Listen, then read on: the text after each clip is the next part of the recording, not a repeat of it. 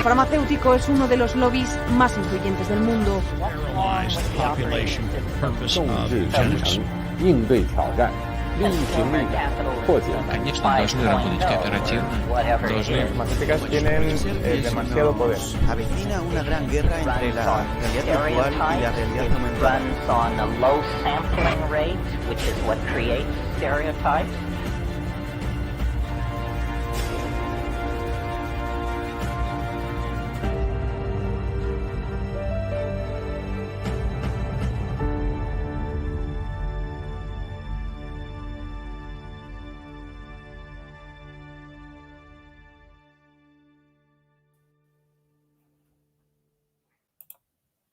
Muy buenas tardes, queridos amigos de la Universidad Nacional de Cajamarca, del espacio de reflexión crítica y estratégica Proyecto Patria de la histórica ciudad de Cajamarca y de nuestros amigos de Asia TV de la Argentina, este canal tan importante que sin cuya plataforma no podríamos estar transmitiendo este ciclo histórico magistral en la historia universitaria del Perú, que es Mirando la Geopolítica del siglo XXI, edición 1.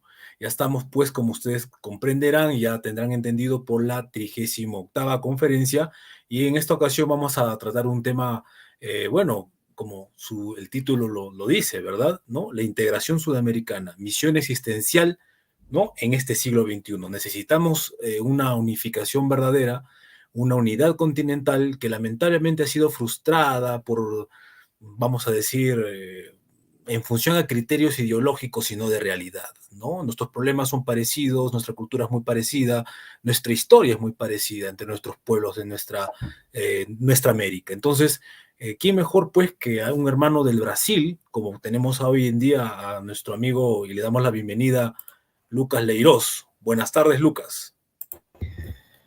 Buenas tardes, Carlos. Buenas tardes a todos que nos escuchan hoy, esta tarde. Es un honor estar aquí con ustedes en este evento histórico, que es el ciclo de conferencias, y vamos a hablar de este tema tan importante para la geopolítica de nuestro continente. Abrazo. Muchas gracias a ti por la disponibilidad, estimado Lucas. Bueno, Lucas, brevemente vamos a delinear, ¿no? El background, ¿no?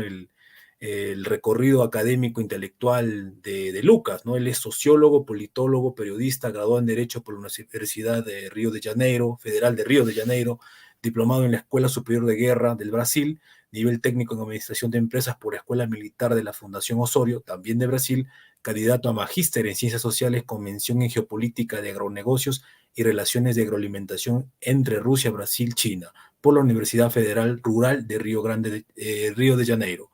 Ex miembro del Observatorio BRICS de la Fundación Getúlio Vargas, del Brasil también, y actual colaborador permanente en diversos equipos de investigación del Brasil, entre los que destacan Programa de Seguridad Pública y Defensa Nacional por la Escuela Superior de Guerra, Centro de Investigaciones Avanzadas en Derecho Internacional y Derechos Humanos de la Universidad Beiga de Almeida, Centro de Investigación de Derecho Internacional por la Federal de Río de Janeiro, etcétera, ¿no? Es columnista en diversos medios internacionales como Infobrix, Red de Televisión Global de China, CGTN. Ha entrevistado a relevantes personalidades del mundo militar y la geoestrategia, entre los que destacan Alexander Dugin de Rusia, Leonid Saben también de Rusia, el coronel Douglas MacGregor, el coronel Scott Ritter de Estados Unidos, entre otros. Actualmente secretario de Relaciones Internacionales del Movimiento Patriótico y Soberanista Nova Resistencia del Brasil. Bueno, es un lujo tener acá a nuestro invitado de hoy, que es Lucas Leirós, y por supuesto, como siempre, habitualmente nos va a acompañar el doctor Manuel Espinosa, que simplemente no necesita presentación. Bienvenido, doctor Manuel Espinosa, con sus aportes siempre para enriquecer este magistral ciclo de conferencias. Doctor. Muchas gracias, Carlos. Muchas gracias. Bienvenido, Lucas. Desde Nicaragua, un gran saludo afectuoso, fraterno. También para los amigos de Nueva Resistencia. Sin duda alguna, creemos que tu aportación esta tarde, bastante soleada por aquí, ¿verdad? Va a ser de gran importancia, de gran interés desde ya para los amigos que nos siguen.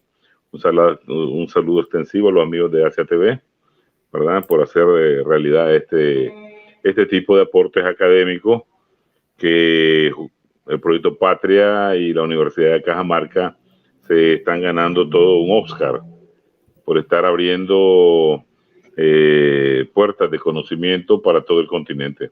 Bienvenido y éxito en tu conferencia. Bueno, sin más dilación, entonces le damos la palabra a nuestro invitado, Lucas Leiroz. Todo tuyo el escenario, estimado Lucas. Adelante. Gracias, Carlos. Gracias, doctor Espinosa. Como he dicho, es un honor estar aquí con ustedes. Y como alguien que viene del ambiente académico de Brasil y de derecho específicamente, no de las relaciones internacionales, no de la geopolítica, yo comprendo la tan importante tarea que es difundir la geopolítica entre los círculos no militares, ¿sí? Por lo menos en Brasil, puedo decir que la geopolítica es una ciencia muy restricta al público militar. Creo que también sea la situación en otros países. Y esto es algo muy peligroso, pues la geopolítica es una cuestión de toda la sociedad, incluso la sociedad civil, y no solamente de militares. Cuando la geopolítica está restricta a los militares, restringida a los militares, lo que tenemos es una sociedad civil que no se queda ciente de los peligros a su propia nación, los peligros existenciales a su país.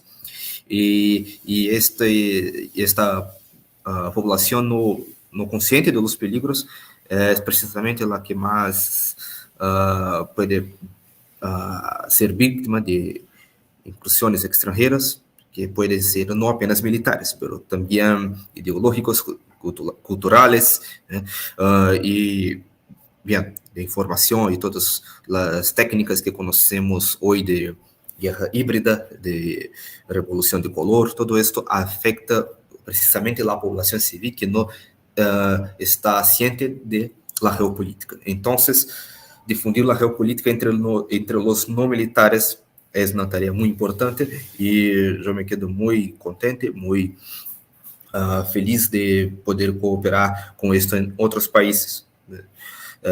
Espero que en Brasil también tendremos en breve, en el futuro, algo como este ciclo de conferencias.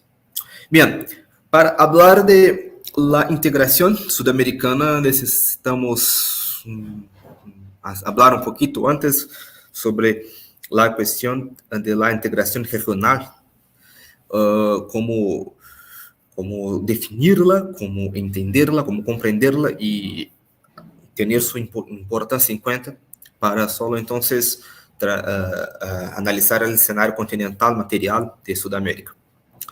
De hecho, la integración regional es algo que ha estado últimamente en la agenda de muchos países. Hay mucha gente hablando de integración regional todo el tiempo y esto es normal. Es normal moverse en esta dirección porque estamos en un mundo en transición.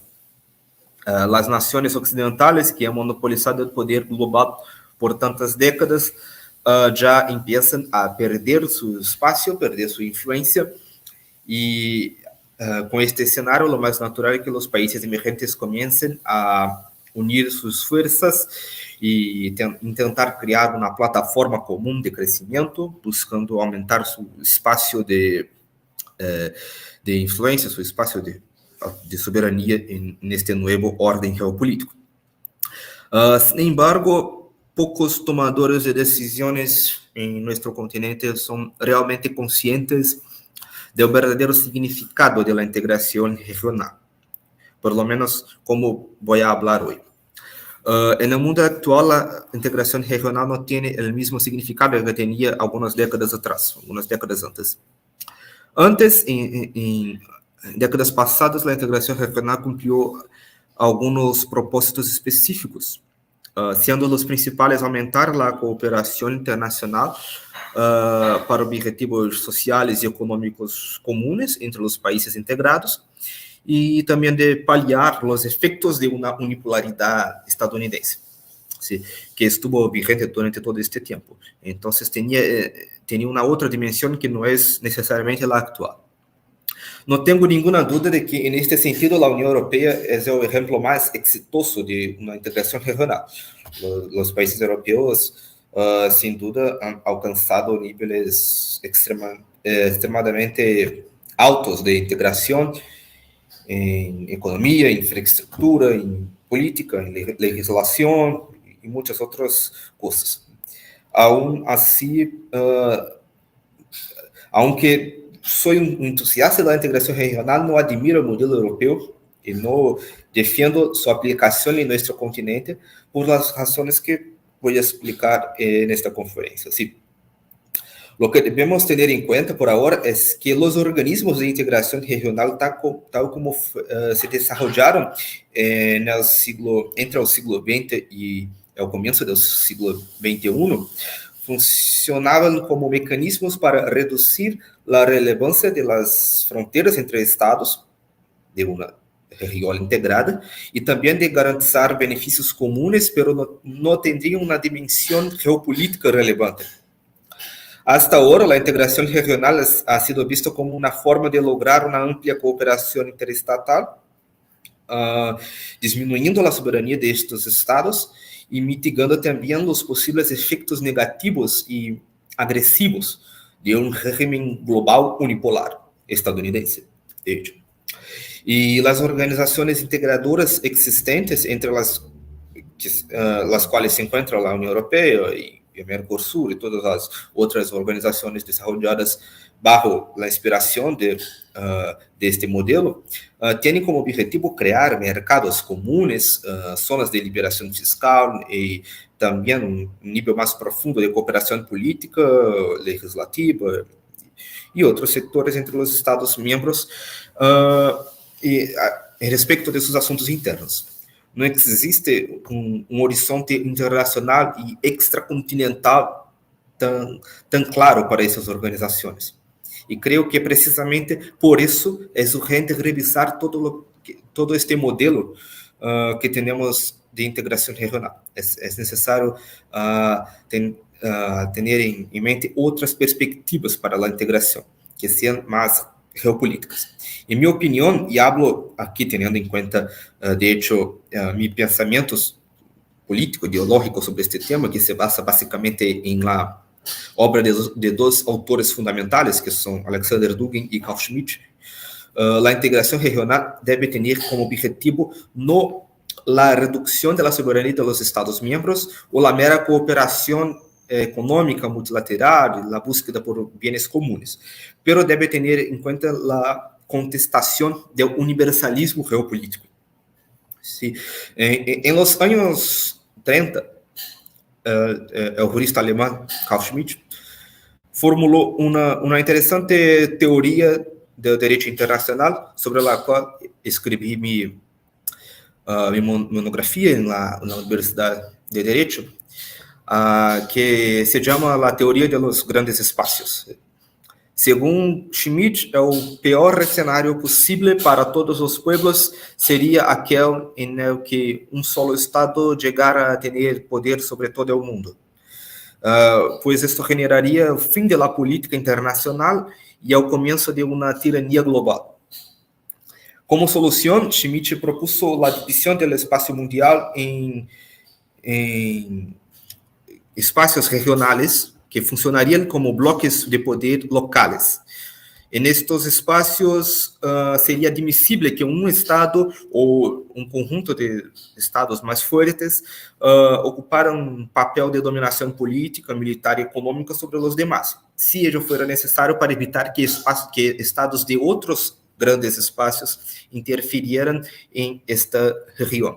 El cálculo de Schmitt era bastante simple de ser comprendido. Para él era imposible que todos los estados mantuvieran los mismos niveles de poder, ya que naturalmente algunas naciones son más fuertes que otras. Lo que era necesario era restringir el ejercicio de este poder a un nivel regional, de modo que solo existieran imperios locales y no imperialismos globales. En otras palabras, es más aceptable en la ideología schmittiana que los países de un continente se sometan al poder del Estado más fuerte de su región que someterse a la injerencia de potencias de otros continentes, potencias extranjeras. Décadas más tarde, Alexander Dugin, pensador ruso que creo que todos aquí lo conocemos, recuperó este concepto adaptándolo a la realidad contemporánea. Él formuló su teoría de la multipolaridad, elevando el concepto schmittiano de gran espacio a lo que él llama de civilización. Cada civilización existente tiene un eje central de poder concentrado en un estado o conjunto de estados cuya influencia se irradia naturalmente a los demás estados de la región geográfica específica donde se queda. Esto permite que se produzca una integración a muchos niveles, integración militar, integración política, jurídica y sobre todo geopolítica, ya que en este modelo de división del poder internacional es posible evitar que potencias extranjeras intervengan fuera de su espacio regional. A partir de la experiencia extranjera es también a nosotros posible ver que los intentos de evitar la irradiación de poder de los imperios regionales sobre los estados satélites de sus respectivas regiones son generalmente infructuosos o muy peligrosos. Por ejemplo, el imperialismo estadounidense fomentó el odio contra Rusia en Ucrania, impidiendo el curso natural de integración gradual de Kiev con Moscú. Y como sabemos, el resultado fue la guerra actual. Lo mismo sucedió en otras regiones del planeta en diferentes momentos de la historia reciente. En resumen, entonces, hay cada vez que se intenta impedir que los estados más pequeños y de menor poder de un espacio continental determinado busquen su integración natural con los imperios locales, con los estados más fuertes de su región, el resultado es una catástrofe imperialista, que puede ser también la guerra en razón de intereses extranjeros. Y entonces traigo estos antecedentes para que podamos analizar con mayor precisión el horizonte de posibilidades para la integración latinoamericana, la integración sudamericana en nuestro caso, pues creo ser necesario tener en cuenta estas experiencias de otros locales. Sí, en primer lugar, hay que decir que los movimientos hacia la integración americana ahora están creciendo felizmente de nuevo, y esto sí es algo positivo, pero no es todo. Con el regreso de Lula, el Mercosul puede tener un nuevo futuro, y eso ya se empieza a ver en las discusiones sobre las políticas de infraestructura, las políticas de desdolarización y algunas otras cosas que se están a decir por ahora. Me parece que esta integración latina ya es, de hecho, una realidad evidente. Como en otras regiones del mundo, los estados latinoamericanos están a comprender que integrarse entre sí ya no es una mera cuestión de elección, si quieren o no quieren hacerlo, como lo era en el pasado. Antes la integración era exactamente eso, una opción. El objetivo era disminuir los efectos de la multipolaridad, pero los estados también tenían la opción de no intentar disminuir estos efectos y de aceptar todas las consecuencias del universalismo americano. Ahora la situación es otra, pues Estados Unidos y sus potencias aliadas ya están cayendo, ya no hay futuro para el orden unipolar, y entonces la integración de los estados supervivientes de este proceso de transición ya es una cuestión existencial.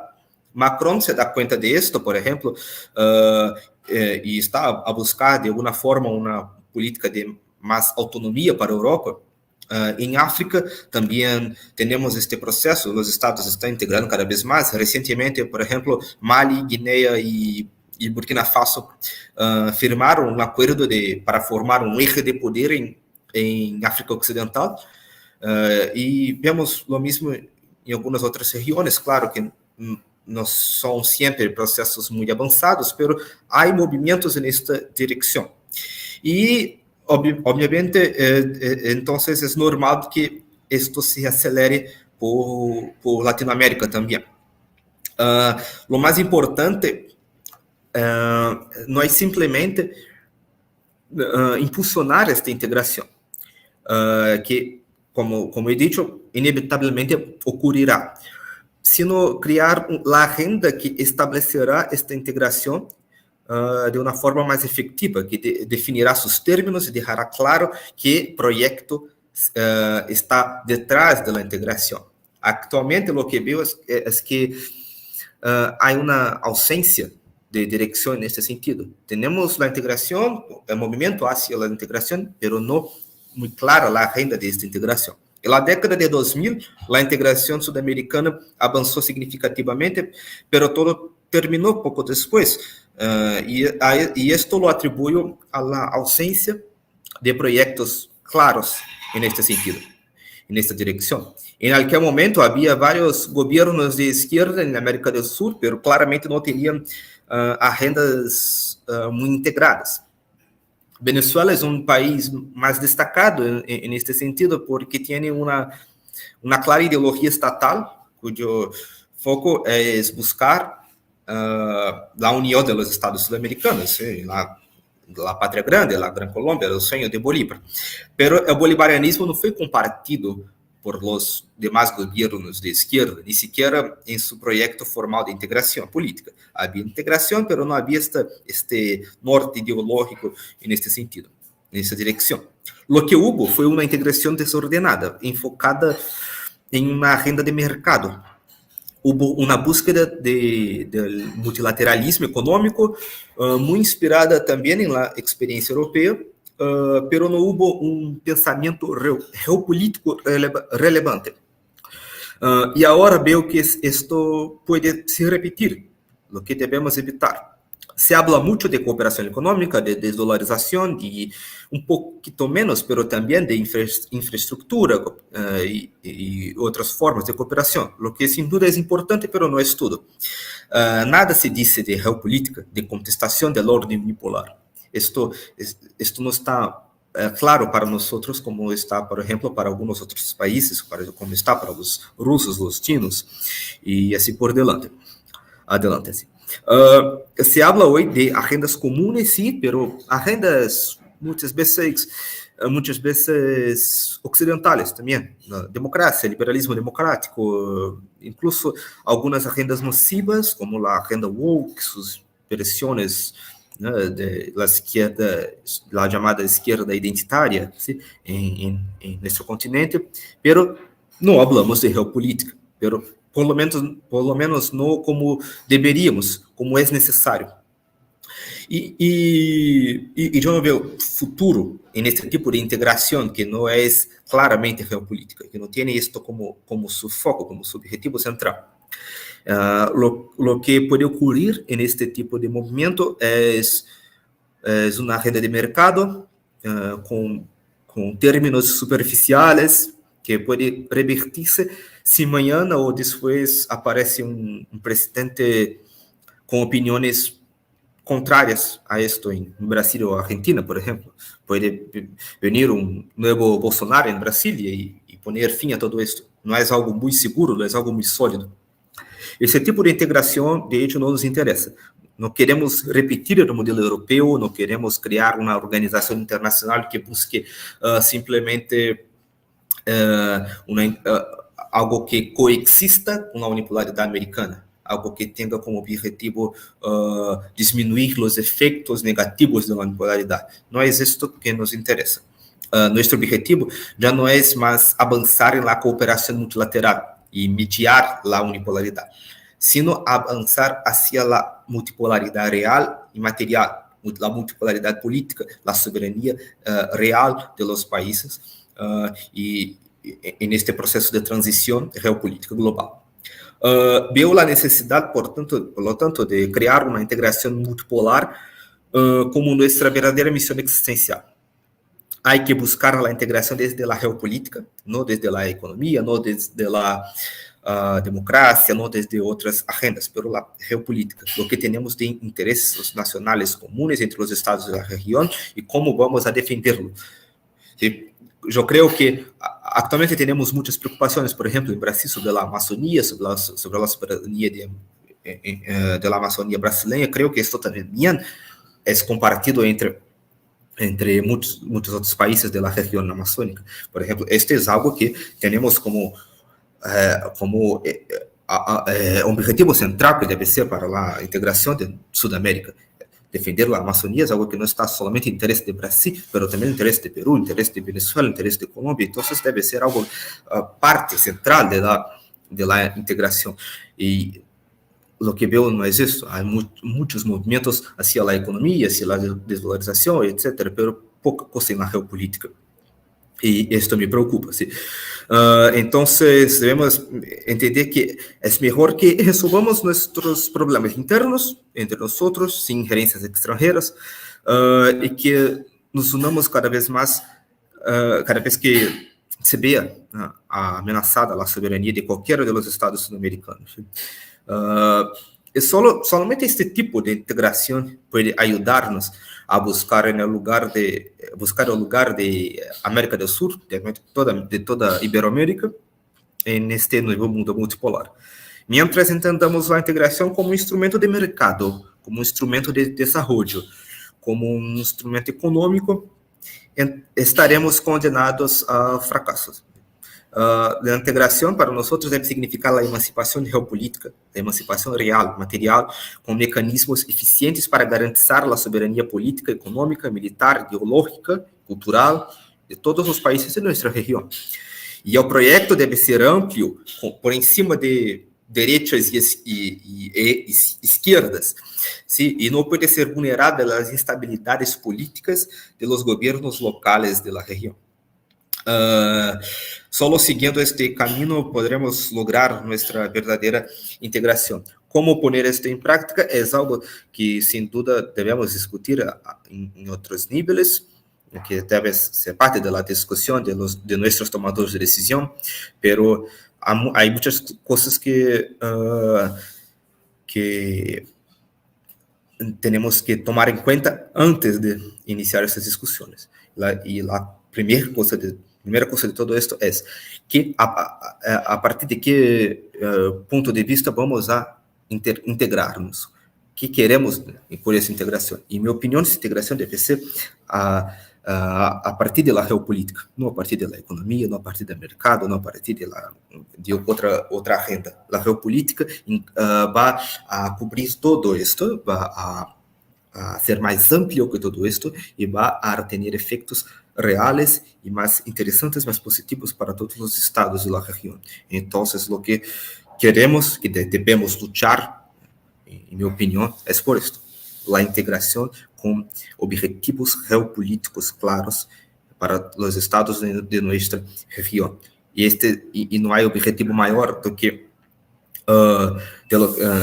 no hay objetivo mayor que impedir la injerencia extranjera, la injerencia de potencias, de imperios de otros continentes, de otras regiones en nuestro local, en nuestro gran espacio, en los términos schmittianos, en los términos loginianos sería nuestra civilización, pero lo que interesa es tener en cuenta que la integración debe tener como su horizonte, como su máximo objetivo, esta soberanía de todo el espacio sudamericano. Entonces son las cosas que tenía para hablar antes de la discusión y ahora podemos avanzar.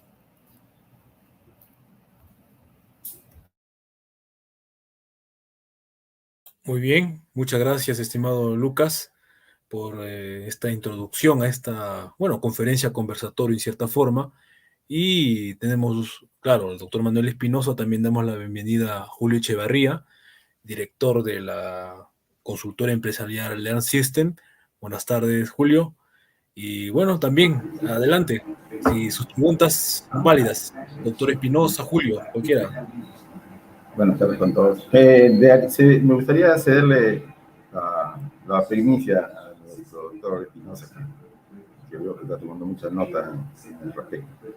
Buenas tardes con todos. Muchas gracias, Julio. Y muchas gracias por tu asistencia, por supuesto, tu disponibilidad. Doctor Manuel Espinosa.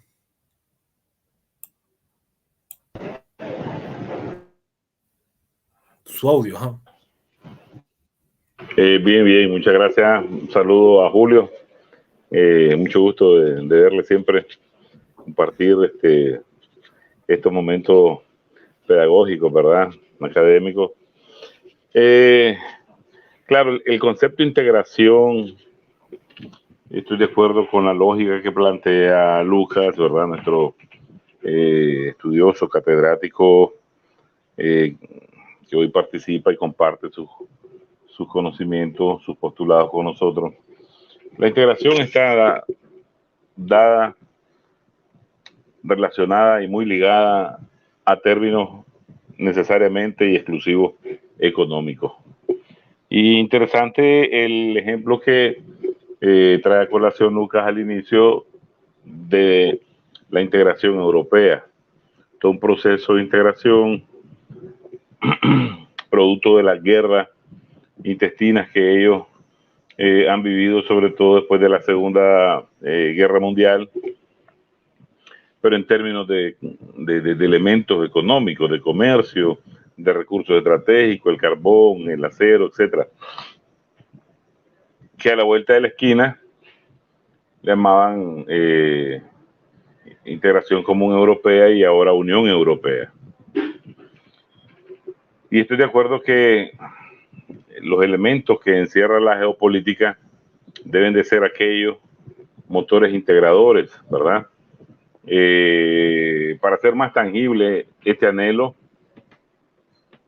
por muchos pueblos y en nuestro caso de manera continental.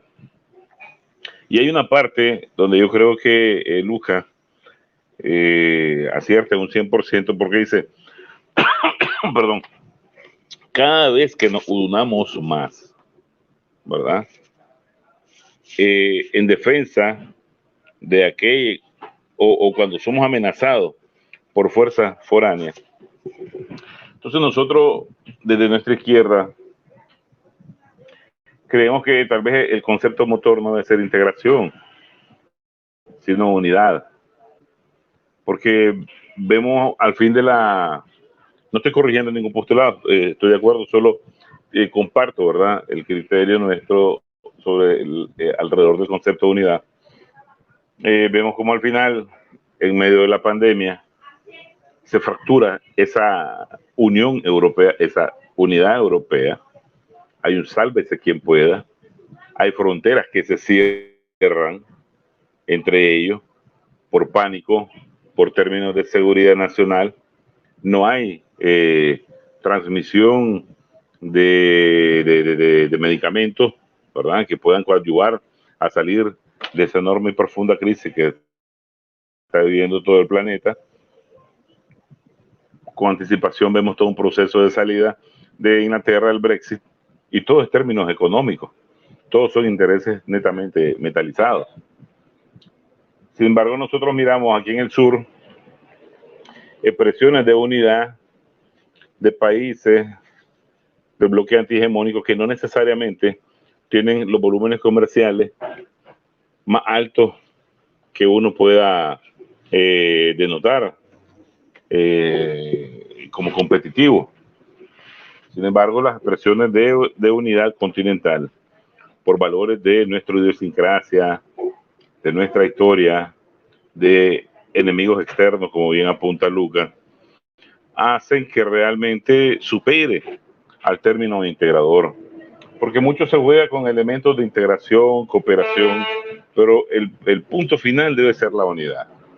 Debe ser la unidad, porque en principio este era un concepto que se manifiesta y en la Carta de Jamaica y en el pensamiento bolivariano de la patria grande. Simplemente la élite de poder que se apoderan a nivel continental van desechando la comprensión, la importancia de ese término de unidad y entonces establecen que la integración económica sobre todo va a ser el principal mecanismo que va a tejer el progreso común de nuestras regiones. Y cuando hablas de dinero, hablas de valor y desde ahí ya la diferencia está establecida.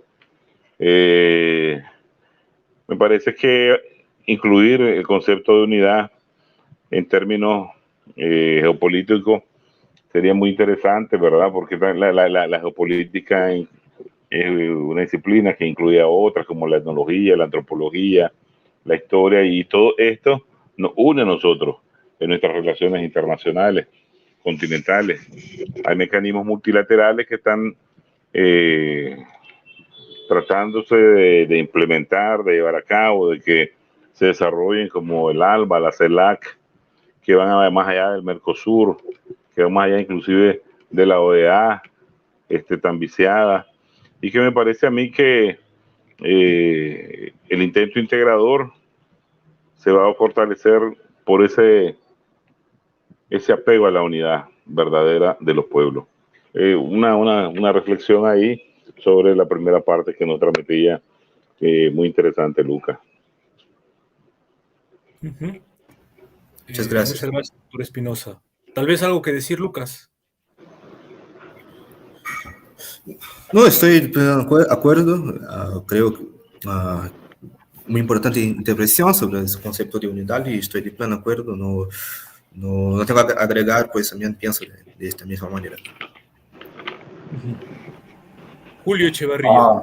Bueno, yo sí quisiera hacer un comentario que evidentemente acerca un poquito más al tema económico, pero no con las características de lo que hoy se viene propagando como economía, porque muchas veces se comienza a destacar el grado de PBI per cápita, balanza comercial, balanza de pago, y se quieren medir las naciones por términos promedio, ¿no? Decimos que, bueno, está en la crisis de Argentina, que no puede sobrevivir, y sin embargo vemos un poco la dieta, digamos, la dieta promedio del país, y vemos que la Argentina tiene un consumo promedio de 88 kilos, por ejemplo, de carne de vacuno, unos 43 kilos de carne de avícola, de pollo, ¿no? Y lo comparamos con el gran destacamento peruano, que tenemos 4 kilos per cápita anual de consumo de carne de vacuno, ¿no? Y el pollo sí, superamos a la Argentina, pero lo superamos por 49, o sea, no más de 7 kilos. Entonces, realmente cuando nosotros vemos que físicamente estamos hablando de un país anémico que justifica todo este tipo de reclamos de la población, se utilizan también coyunturas, ¿no? Coyunturas políticas, coyunturas o defraudaciones que se dan, que no están siendo bien canalizadas, pero acarrean cambios que son estrictamente geopolíticos, ¿no? O sea, ponen un régimen completo para reaccionar ante una llaguita que se da en una pequeña provincia, un pequeño departamento, toman control de todo un país para sabotear, por ejemplo, la salida de Brasil hacia el Pacífico, ¿no? Que es un tema que está geopolíticamente demarcado desde la época de antes del gobierno militar. O sea, el primer gobierno de Belaúnde estaba determinado de que Perú no podía darle salida, y se le derrumbó todo el programa del presidente Belaúnde de miremos hacia el este para que Brasil no tuviera salida, ¿no?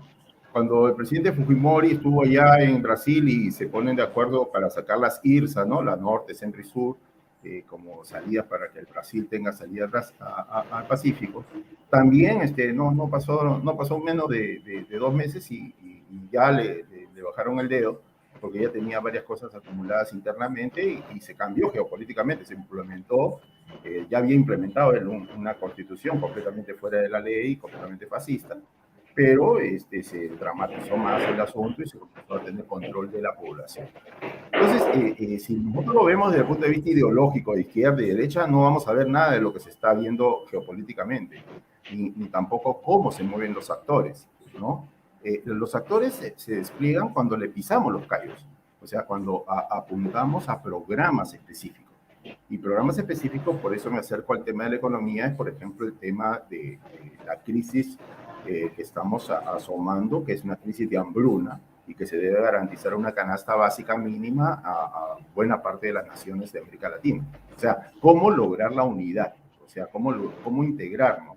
Y en eso, por ejemplo, tenemos que tener mecanismos de acción muy rápidos, ¿no? Porque, por ejemplo, en el 2014 se firma el convenio y lo traen a Perú para que firme en la reunión con Dilma Rousseff, con Xi Jinping, la reunión del BRICS, para que se diera salida y se lanza por la ruta más larga, ¿no? O sea, entra por Pucallpa, sube por el lado para pasar por Sarimiriza, va para Amazonas, pasa por Cajamarca y termina por Piura. Un proyecto que no va a demorar pues menos de 5 años, pues, o sea, su implementación. En menos de 5 años ya lo sabotearon, no lo han dejado ni siquiera empezar ese proyecto, un ferrocarril, ¿no? Sin embargo, tenemos una salida, por ejemplo, que va de Puno a Desaguadero, que no son menos de 100 kilómetros, y que ya tiene programado Bolivia también menos de 100 kilómetros de La Paz a Desaguadero. Con eso se tiene fácilmente la salida de Brasil a poder transportar 50 millones de toneladas de soya, solamente hablando de un país y de un solo producto, ¿no? Que fácilmente a la vuelta de 2 o 3 años se va a duplicar, porque China tiene programado, antes del 2028, tiene programado dar el 50% de su importación de granos al consumo de forraje, porque necesita producción de carnes. Entonces, esto es realmente descomunal la cantidad de exportación. Mire, lo máximo que ha exportado el Callao, que es el importe más, no ha llegado a 22 millones de toneladas. O sea, solamente con una salida de un solo producto estaría produciendo más del doble. O sea, y ya está la red ferroviaria, o sea, ya está desde el puerto hasta Puno, o sea, solamente hay que hacer 100 kilómetros. O sea, lo que falta, pongo solamente los elementos pincelados porque tengo como 50 elementos para mostrar, ¿no? Pero pongo esta pincelada porque lo que nos falta es estrategia de cómo ganar a un enemigo pisándole los callos y ahí es donde saltan pues realmente quién es quién para sabotear en el trabajo de sabotaje que hay en América Latina. Porque nosotros hemos tenido, mira, ¿cómo distingues tú quién trabaja para el enemigo, o sea, para la oligarquía internacional? Y esto es bien simple, ¿no? El esquema es el mismo esquema desde la época del Imperio Persa, ¿no? Hoy lo incorpora el Imperio Británico, que ha puesto su satrapía en América a través de los Estados Unidos, ¿no? Y que fue creada incluso por los mismos nazis. O sea, toda la CIA, la OTAN, todo fue creado exactamente por los mismos que eran la satrapía, que se rehusó ser satrapía en la guerra anterior, que fue la época de Hitler. Hitler sencillamente se rehusó a ser una satrapía cuando podía ser el imperio. Entonces, este tipo de pugnas que hay a nivel mundial están controlando al mundo y cada vez nos están llevando a sacrificar más vidas humanas. América Latina tiene que identificar quién es su enemigo, pero no se lo va a hacer pues porque lo dice tal o cual. El enemigo se le conoce cuando tú le metes un garrotazo y sabes cómo se mueve, ¿no? Entonces, el primer punto, creo yo, es tener alternativas de muy corta implementación, o sea, de muy corto plazo de implementación, en una estrategia que ya está siendo parte de, digamos, por ejemplo, Lula puntualizó 3 puntos fundamentales, ¿no? O sea, el punto de convertir a Brasil en el primer productor de alimentos del mundo, cosa que yo sí le creo, ¿no? Es más, creo que 5 años seguidos por lo menos va a ser un pentacampeón. Y en eso debemos alinear sobre puntos programáticos, ¿no? Y eso es fundamental para movilizar, creo yo, buena parte de la economía de América Latina. O sea, y anexado a eso es que vamos a poder garrotear a todo el aspecto geopolítico que va a querer sabotear y tener injerencia política para demostrar independencia.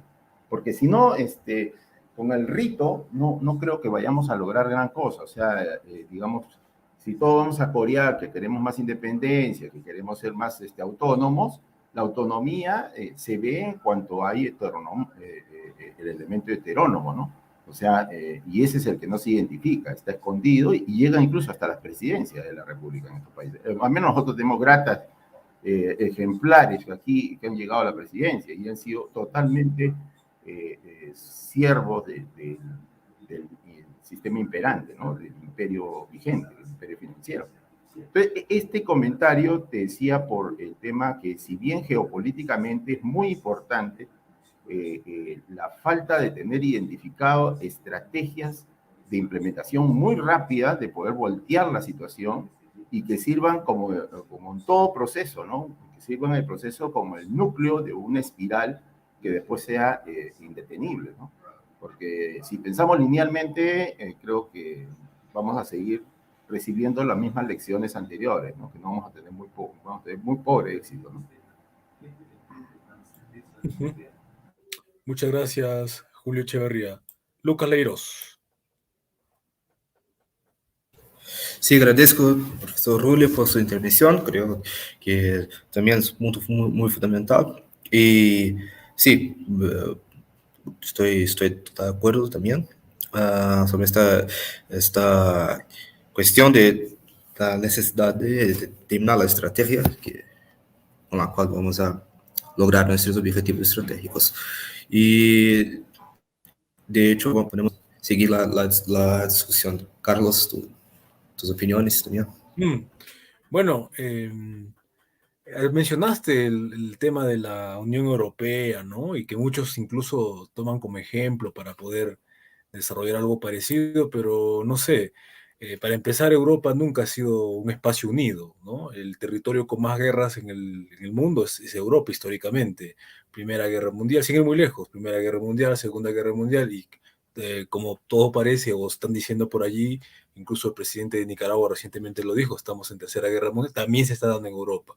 Entonces, un territorio con tantos problemas como Europa ha logrado hacer una unión, claro, subordinada, una unión económica más no política.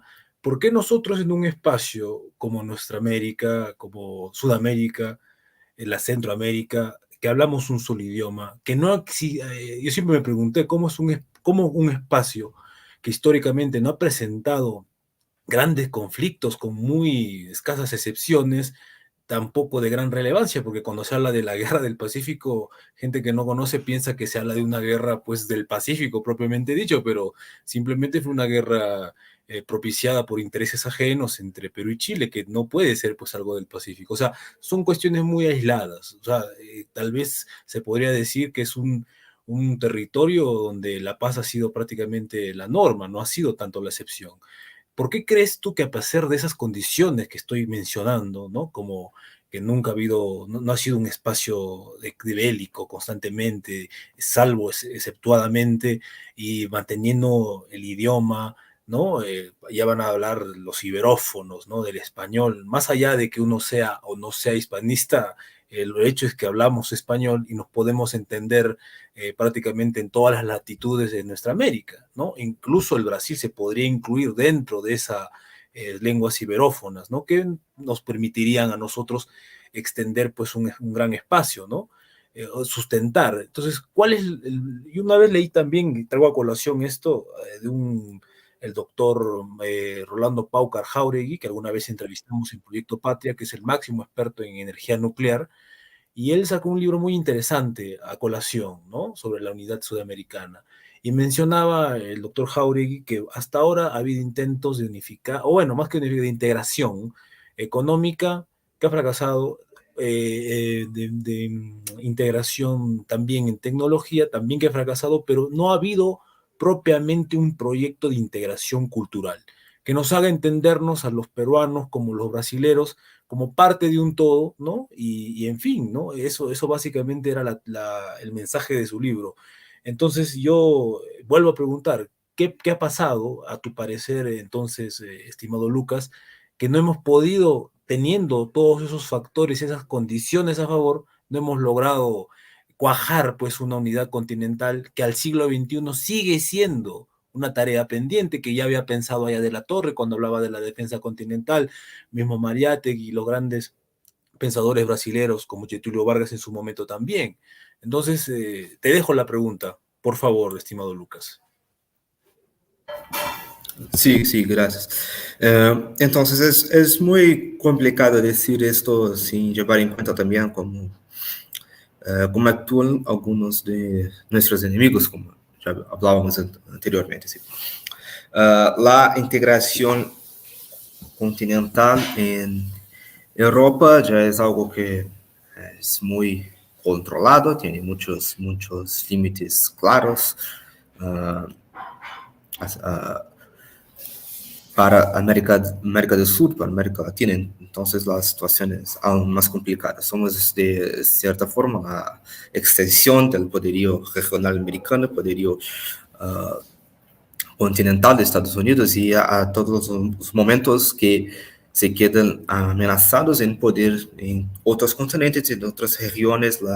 La tendencia es que en este espacio geográfico se quedan aún más agresivos, aún más necesitados de garantizar su hegemonía local. Por mucho tiempo fuimos víctimas de toda suerte, aún lo somos, creo, ¿sí? Toda suerte de intervenciones, algunas más claras, algunas más agresivas, golpes de Estado, dictaduras locales, etc. Otras intervenciones no tan claras, injerencias ocultas, pero siempre hemos tenido mucho boicote, toda forma de no solo de proyecto de integración, mas también de simplemente un proyecto nacional de desarrollo más efectivo. En el caso de Brasil, por ejemplo, tuvimos un golpe de Estado contra las tendencias de la ideología de Getúlio Vargas, la ideología, llamamos acá de trabalhista, no sé cómo decirlo en español, y entonces tuvimos el periodo de régimen militar, y el periodo de régimen militar también fue un periodo que ha tenido, después de algunos años, unas tendencias muy positivas en el escenario internacional. Brasil ha hecho una posición más no alineada, por lo menos en el periodo de Geisel, por ejemplo, y eso también generó el proceso contrario. La redemocratización de Brasil también fue un proceso de cierta forma apoyado y fomentado por Estados Unidos. Entonces hubo siempre muchos intentos de impedir proyectos nacionales de desarrollo que fueran más exitosos. Y si no hay proyectos de desarrollo exitosos, la tendencia es que el paso allá, el paso arriba en esta dirección también no tenga un éxito. Si Brasil no tiene un proceso de desarrollo exitoso a largo plazo, si también Argentina no lo puede, Perú no lo puede, entonces la integración regional, la integración continental también no va a suceder, no obvia. Y lo que vamos a nos quedar es sometidos a esta integración como la he reportado hoy en la conferencia, ¿sí? Una integración que es vulnerable a las instabilidades, a los cambios dentro de los estados nacionales, dentro de los estados miembros de este proyecto de integración. Creo que antes de tener en cuenta lo que es necesario para una integración exitosa, necesitamos a los niveles internos de los estados que van a suceder esta integración, tener en cuenta lo que es mejor para estos estados, ¿sí? Y claro, si hay de hecho un interés en el desarrollo nacional, en la soberanía nacional de cada uno de los estados en nuestro continente, se va a quedar claro que el paso siguiente, el paso arriba en esa dirección, es una integración exitosa. Y esto, claro, siempre va a ser sometido a muchas formas de boicote, muchas formas de injerencia extranjera, pues estamos geográficamente condenados a siempre negociar con Estados Unidos, a siempre a negociar con nuestro vecino de norte, y este es nuestro destino, hacer estos pasos siempre lidando con las consecuencias de nuestro vecino. Muchas gracias, Lucas. Bueno, ya estamos acercándonos al cierre del programa. No sé si alguna pregunta, comentario de parte de los panelistas, Julio Echevarría, doctor Espinosa.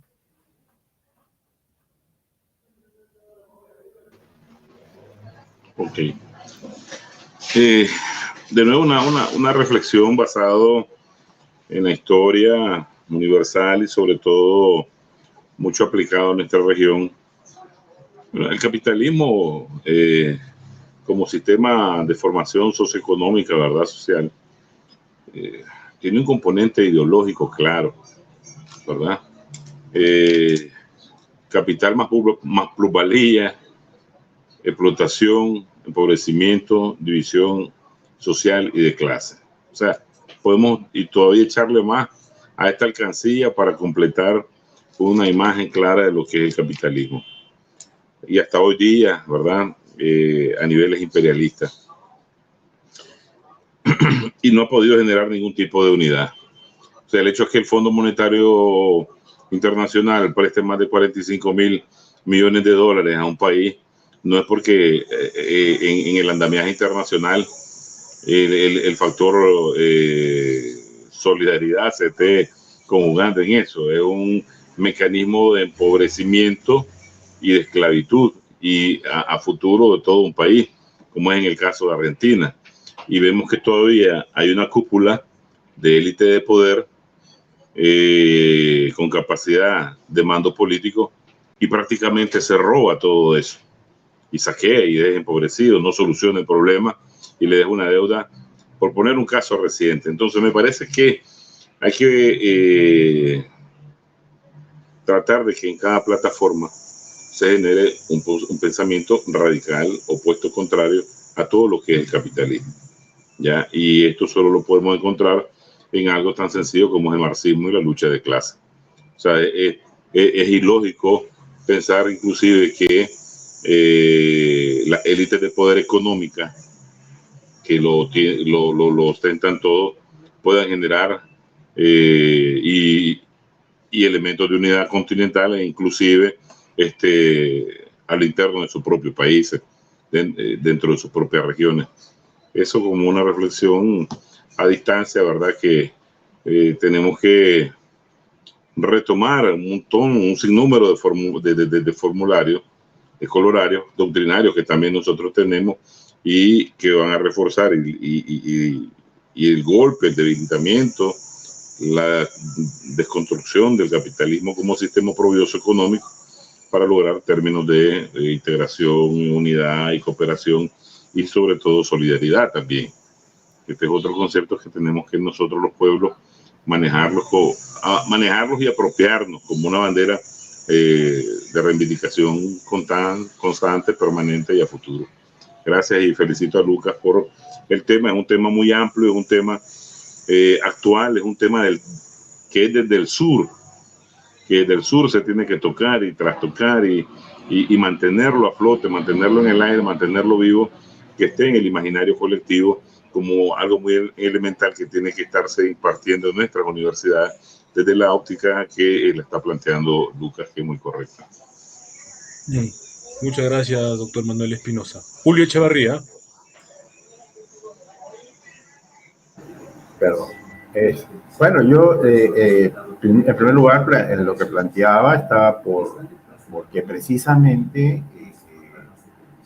Brasil tiene unas banderas importantes en el caso de enfrentar el tema de la crisis de alimentos, convirtiéndose en el primer productor de alimentos del mundo, querer sustituir el sistema monetario, o sea, establecer relaciones directamente como lo está haciendo con Argentina, prescindiendo del dólar, también los mismos acuerdos que está llegando con China, está trabajando con el yuan, y el tercer punto de fortalecer estrictamente en el continente lo que cada vez están sumando más, el programa del BRICS, sobre todo hoy que Dilma Rousseff está presidiendo el Banco del BRICS.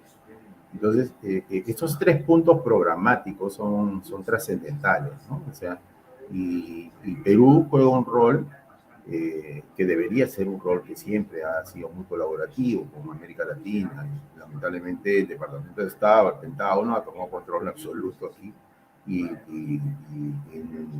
sabemos que va a haber serias dificultades, pero hay que puntualizar de todos los ángulos estas líneas programáticas, porque precisamente Brasil no tiene salida al Pacífico, ¿no? Y este es un fenómeno geográfico, es parte de la geopolítica, ¿no? Está impedido llevar adelante su voluntad política por precisamente verse saboteado por no tener esta línea de salida directamente, porque los principales digamos, socios comerciales, tanto de Perú como de Brasil, están al frente, está China, está todo el sureste asiático, ¿no? Entonces, que es un nuevo mercado que muchos de ellos están plegándose a la línea del BRICS, independizándose del nuevo sistema monetario que está a borde del desplome. Entonces, sí es cierto que tenemos que jugar un programa muy sólido en América Latina, o sea, América Latina, pero yo por eso me sumo a políticas que ya están establecidas como prioritarias, ¿no? Y alinear a los países para fortalecer precisamente esa unidad, esa integración, esa infraestructura necesaria y pelear política y geopolíticamente con uñas y dientes para hacerlo realidad. De ahí el hecho de que sí estoy totalmente de acuerdo, cuando uno podía estar en desacuerdo.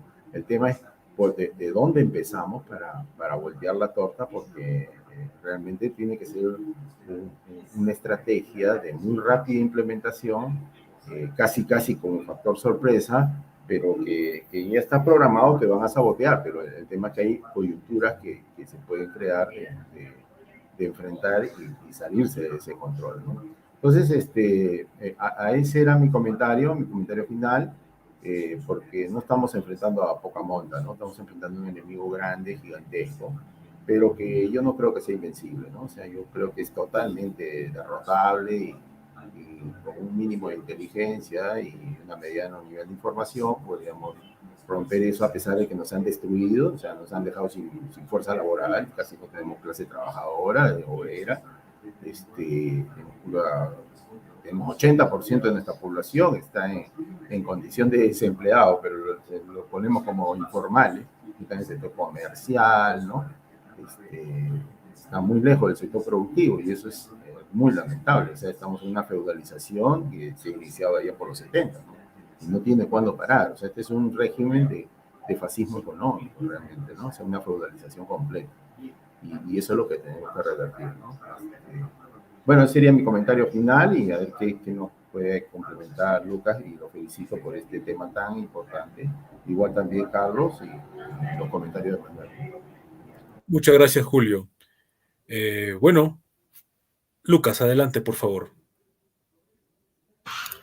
Muchas gracias, Carlos. Muchas gracias a los profesores Julio y Manuel por sus muy importantes, muy necesarias intervenciones. Y, de hecho, creo que obviamente es imposible para nosotros o para cualquier otro experto hacer en una breve discusión, en una breve conferencia, a terminar este tema, esgotar el tema de la integración sudamericana, que es un asunto, es un área muy amplia y es necesario discutirla de forma muy aprofundada, pero hicimos una brilhante discusión hoy con muchos puntos interesantes de análisis, y creo que todo el público va a salir de aquí hoy con un conocimiento muy más amplio de este campo del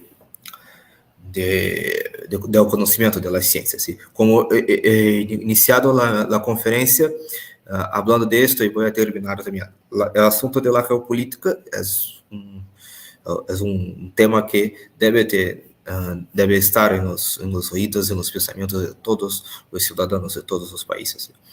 No es una ciencia militar, no es una ciencia de los geógrafos, de los militares, de los estrategistas, no es solo esto. Es algo que de lo cual deben tomar cuenta todos los ciudadanos.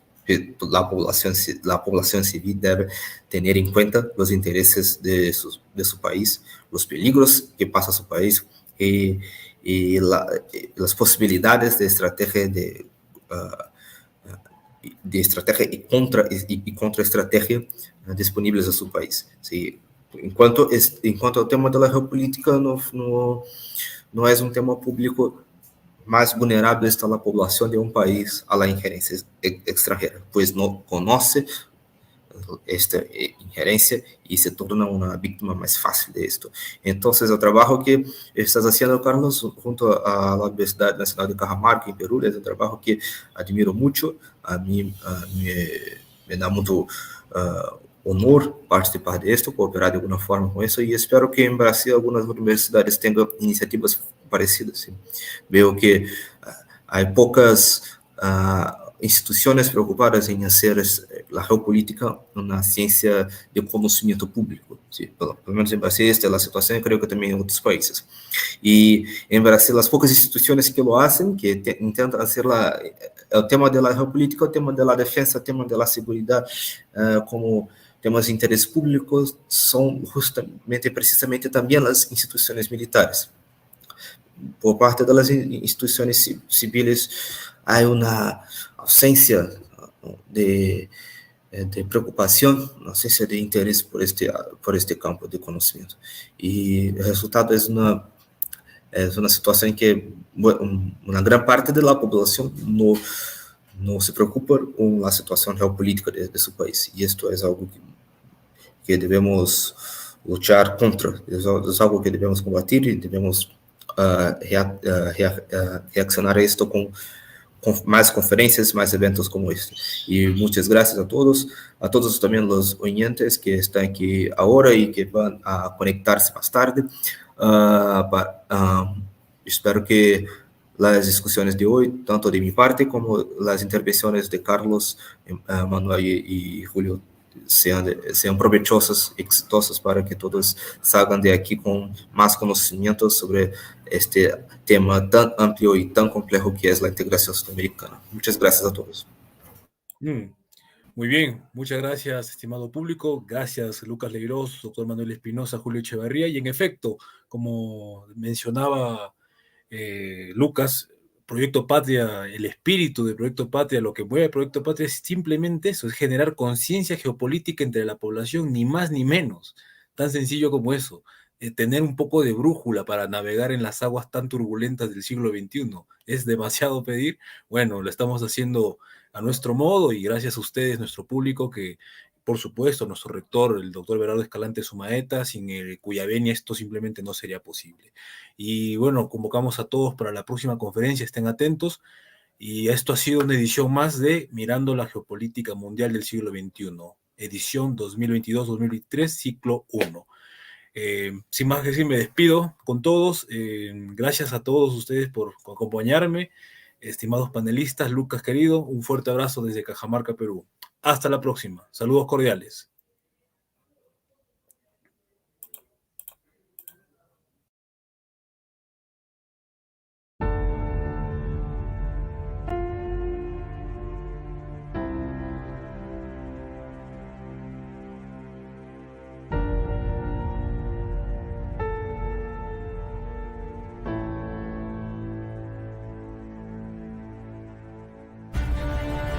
El farmacéutico es uno de los lobbies más influyentes del mundo.